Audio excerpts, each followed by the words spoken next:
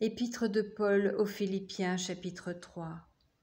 Au reste, mes frères, réjouissez-vous dans le Seigneur. Je ne me lasse point de vous écrire les mêmes choses. Et pour vous, cela est salutaire. Prenez garde aux chiens.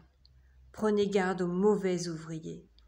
Prenez garde aux faux circoncis.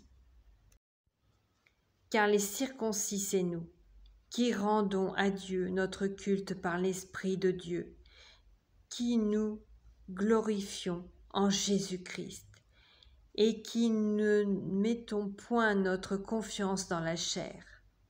Moi aussi, cependant, j'aurais sujet de mettre ma confiance en la chair, si quelque autre croit pouvoir se confier en la chair, je le puis bien davantage, moi circoncis, le 8e jour, de la race d'Israël, de la tribu de Benjamin, hébreu né d'hébreu.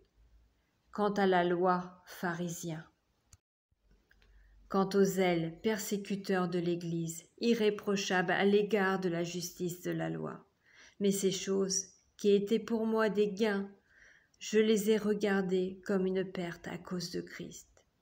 Et même je regarde toutes choses comme une perte, à cause de l'excellence de la connaissance de Jésus-Christ, mon Seigneur, pour lequel j'ai renoncé à tout, et je les regarde comme de la boue, afin de garder Christ, et d'être trouvé en lui, non avec ma justice, celle qui vient de la loi, mais avec celle qui s'obtient par la foi en Christ, la justice qui vient de Dieu par la foi, afin de connaître Christ et la puissance de sa résurrection, et la communion de ses souffrances, en devenant conforme à lui dans sa mort, pour parvenir, si je puis, à la résurrection d'entre les morts.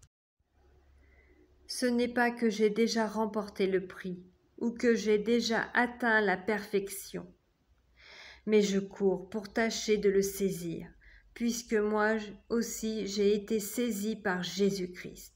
Frères, je ne pense pas l'avoir saisi, mais je fais une chose, oubliant ce qui est en arrière et me portant vers ce qui est en avant. Je cours vers le but pour remporter le prix de la vocation céleste de Dieu en Jésus-Christ. Nous tous, donc, qui sommes parfaits, ayons cette même pensée.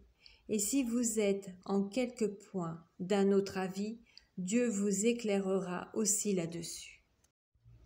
Seulement au point où nous sommes parvenus, marchons d'un même pas.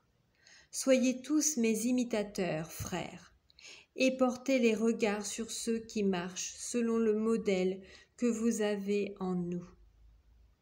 Car il en est plusieurs qui marchent en ennemis de la croix de Christ.